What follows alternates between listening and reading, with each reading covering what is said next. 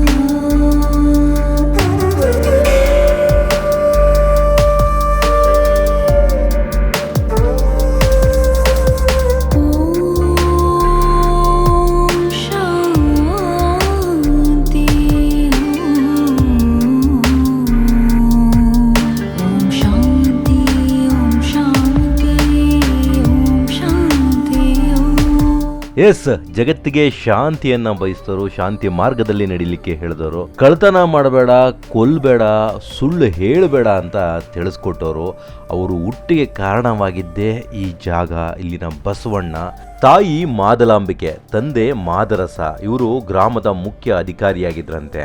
ಈ ದೇವಸ್ಥಾನಕ್ಕೆ ಬಂದು ನಂದೀಶ್ವರನಿಗೆ, ಅಂದ್ರೆ ಶಿವನ ವಾಹನ ನಂದೀಶ್ವರನಿಗೆ ಹರಕೆಯನ್ನ ಒತ್ತಿ ಹರಕೆಯ ಫಲವಾಗಿ ಬಸವಣ್ಣನವರು ಜನ್ಮಿಸಿದರಂತೆ. ಅಂದಿನಿಂದ ಇಲ್ಲಿ ಬಸವೇಶ್ವರನಿಗೆ ಮುಖ್ಯ ಪೂಜೆ.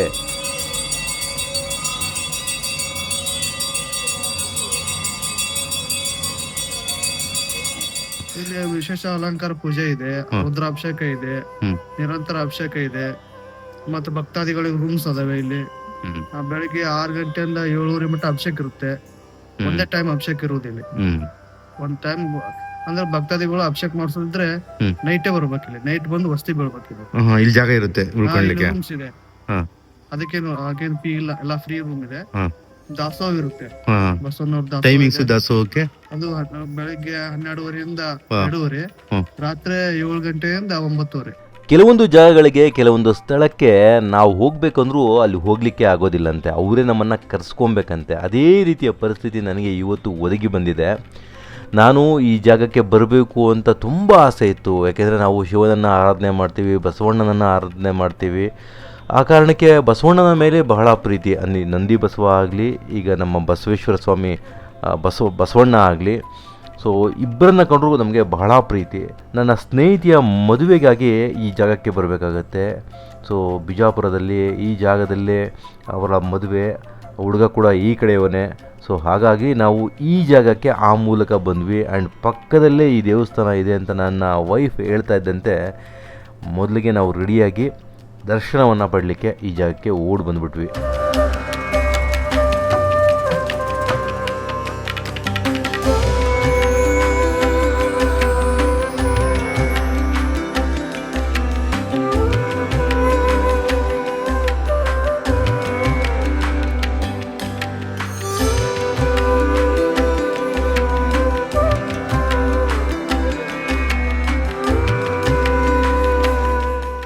ಈ ಒಂದು ದೇವಸ್ಥಾನ ಎಷ್ಟು ಅದ್ಭುತವಾಗಿ, ಅಮೋಘವಾಗಿ ನಿರ್ಮಾಣಗೊಂಡಿದೆ ಅಂದರೆ, ಸುಮಾರು 11ನೇ ಶತಮಾನದಲ್ಲಿ, ಆ ಕಾಲಘಟ್ಟದಲ್ಲಿ ಕಲ್ಯಾಣ ಚಾಲುಕ್ಯರ ಆಳ್ವಿಕೆಯಲ್ಲಿ ನಿರ್ಮಾಣಗೊಂಡಿರುವಂಥದ್ದು. ಎಷ್ಟು ಅದ್ಭುತವಾಗಿದೆ ರೀ! ಇಲ್ಲಿನ ಕಲ್ಲಿನ ಕೆತ್ತನೆಗಳು, ಗೋಪುರ, ನವರಂಗ, ಸ್ತಂಭಗಳು ಹೀಗೆ ಅದ್ಭುತವಾಗಿದೆ. ಈಗಿನವರು ಈ ರೀತಿ ಒಂದು ದೇವಸ್ಥಾನವನ್ನು ಕಟ್ಟಲಿಕ್ಕೆ ಕೂಡ ಆಗಲ್ಲ. ಆಗಿನ ರಾಜರು ಬಬ್ಬಾ.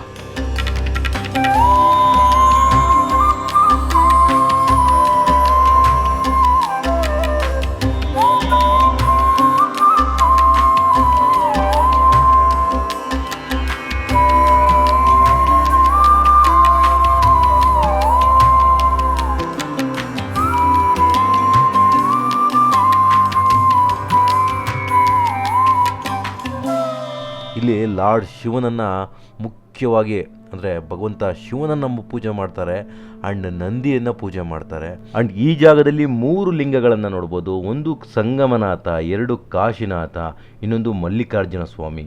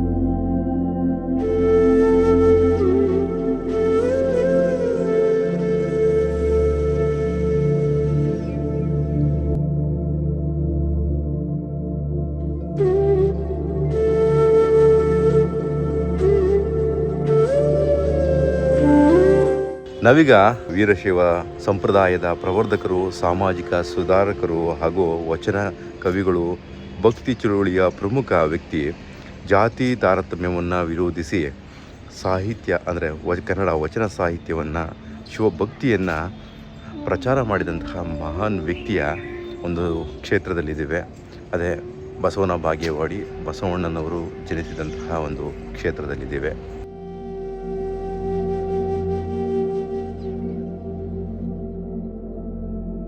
ನಮ್ಮ ಹೆಸರು ಚಂದ್ರಶೇಖರ ಮರಾಳತ್ರಿ.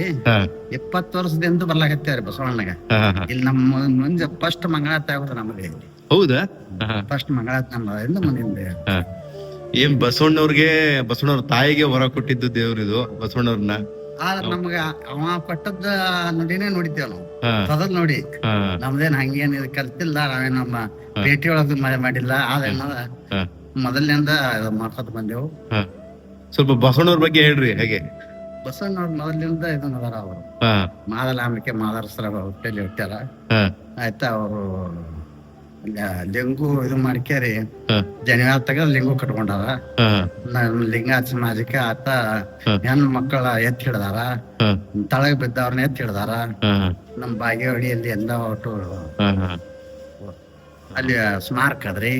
ಅವ್ರು ಇದರಿಂದ ಎಲ್ಲ ಒಟ್ಟು ಈಗ ಏನೇನಿದೆ ಇಲ್ಲಿ? ಈಗ ನಾವು ಬಸವನ ಬಾಗೇವಾಡಿಗೆ ಬಂದ್ರೆ ದೇವಸ್ಥಾನ, ಬಸವೇಶ್ವರ ಸ್ವಾಮಿ ದೇವಸ್ಥಾನ ಬಿಟ್ರೆ ಮತ್ತೆ ಇನ್ನೇನೇನ್ ನೋಡ್ಬೋದು ಇಲ್ಲಿ ಸುತ್ತ? ಅಲ್ಲಿ ಸ್ಮಾರಕ ಅದ್ರಿ. ಆಯ್ತಾ ಬಸವಣ್ಣವ್ರು ತಪಸ್ ಮಾಡಿದ್ದ ಅಲ್ಲಿ ಒಂದು ಇದು ಹೋರಿಮಟ್ಟಿ ಗುಡ್ಡ ಅಂತ ಹೇಳಿ ಅಲ್ಲಿ ಗವಿ ಅದ್ರಿ. ಆಯ್ತಾ ಬಸವಣ್ಣ ಮೂರ್ತಿ ಅದ್ರಿ ಅಲ್ಲಿ, ಅಲ್ಲಿ ನೋಡ್ಬೋದು.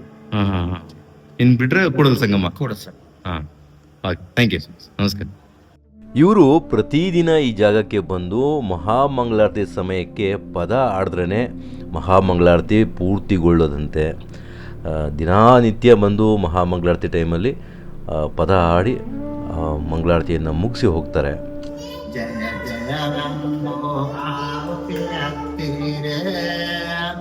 ಬಂಧನ ಬರದೂರ ಮಾಡುವ ಭಕ್ತರಿಗೆ ವರವ ಕೊಡುವ ದೇವರಿಗೆ ಜಯ ಜಯವೆಂದು ಆರುತಿ ಹತ್ತಿರೆ.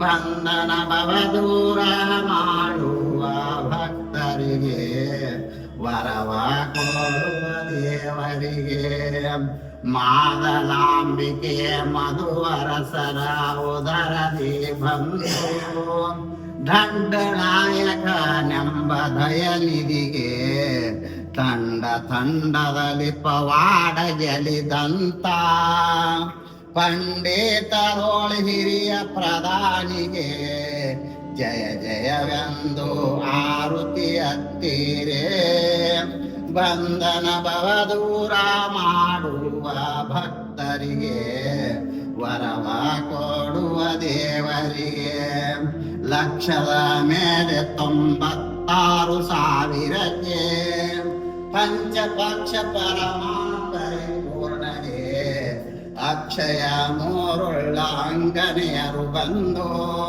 ಸಾಕ್ಷಾತ್ ಶಿವ ಸಂಗನ ಬಸವಣ್ಣನಿಗೆ ಜಯ ಜಯವೆಂದು ಆರುತಿ ಹತ್ತೀರೇ ಬಂಧನ ಭವದೂರ ಮಾಡುವ ಭಕ್ತರಿಗೆ ವರವ ಕೊಡುವ ದೇವರಿಗೆ ಕಲ್ಯಾಣ ನಗರಾದಿ ಲೆಕ್ಕ ಕೊಡಲು ರವಿ ನಿರಸೇಳ 7 ದಿನ ನಿರಂಜನಿಗೆ ಬಲ್ಲಿರ ತನದಲ್ಲಿ ಭಾಗ್ಯವ ತೋರಿದ ಭೂ ಅಲ್ಲಮಗೆ ವಪಸಿದ ವರಮೂರ್ತಿಗೆ ಜಯ ಜಯವೆಂದು ಆರುತಿ ಹತ್ತೀರೇ ಬಂಧನ ಭವದೂರ ಮಾಡುವ ಭಕ್ತರಿಗೆ ವರವ ಕೊಡುವ ದೇವರಿಗೆ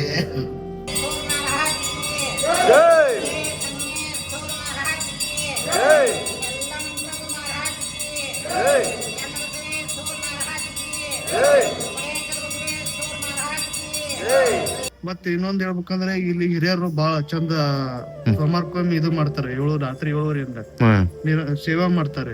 ಯಾವ ರೀತಿ ಸೇವೆ? ಪಾಲಕಿ ಇದು ಉತ್ಸವ ಹಿಂಗ್ ಅದನ್ನ ಸುತ್ತ ಹೊಡಿತಾರೆ ಉತ್ಸವ ಅಂತ ಬಾಳ ಚಂದ ಮಾಡ್ತಾರೆ. ಎಲ್ಲಾ ಮಂಗಾರತಿ 5 ಮಂಗಾರತಿ ಮಾಡ್ತಾರೆ. ಇಲ್ಲಿ ಅವರು ಐಸಿಯರನವ್ರು ಅಂತ ಅದಾರಿ, ಅವರು ದೊಡ್ಡ ಅವರು ಈ ಗುಡಿ ಮ್ಯಾ ಭಕ್ತಿವತಿಗಳು ಅದಾರಿ. ಮತ್ತ ಹರಳ ಬಸಪ್ಪಣ್ಣ ಅಣ್ಣಾರು ಅವ್ರೆಲ್ಲಾರು ಕೂಡಿ ಜಾತ್ರೆನು ಚಂದ ಮಾಡ್ತಾರೆ ಮತ್ತು ಪ್ರತಿ ಸೋಮವಾರನು ಚಂದ ಮಾಡ್ತಾರೆ. ಪ್ರತಿ ಸೋಮವಾರ ಯಾವ ಟೈಮಲ್ಲಿ? 7:30 9:00 ಮಟ.